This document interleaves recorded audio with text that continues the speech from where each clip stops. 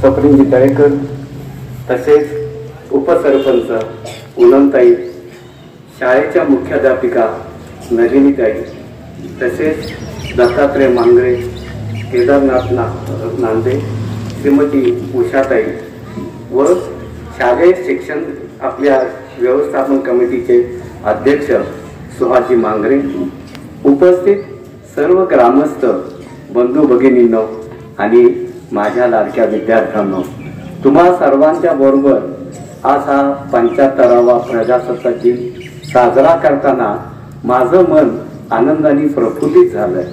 किती आनंद वाटतो तुम्हा सगळ्यांकडे बघून आणि ह्या विंग गावचं वातावरण बघून।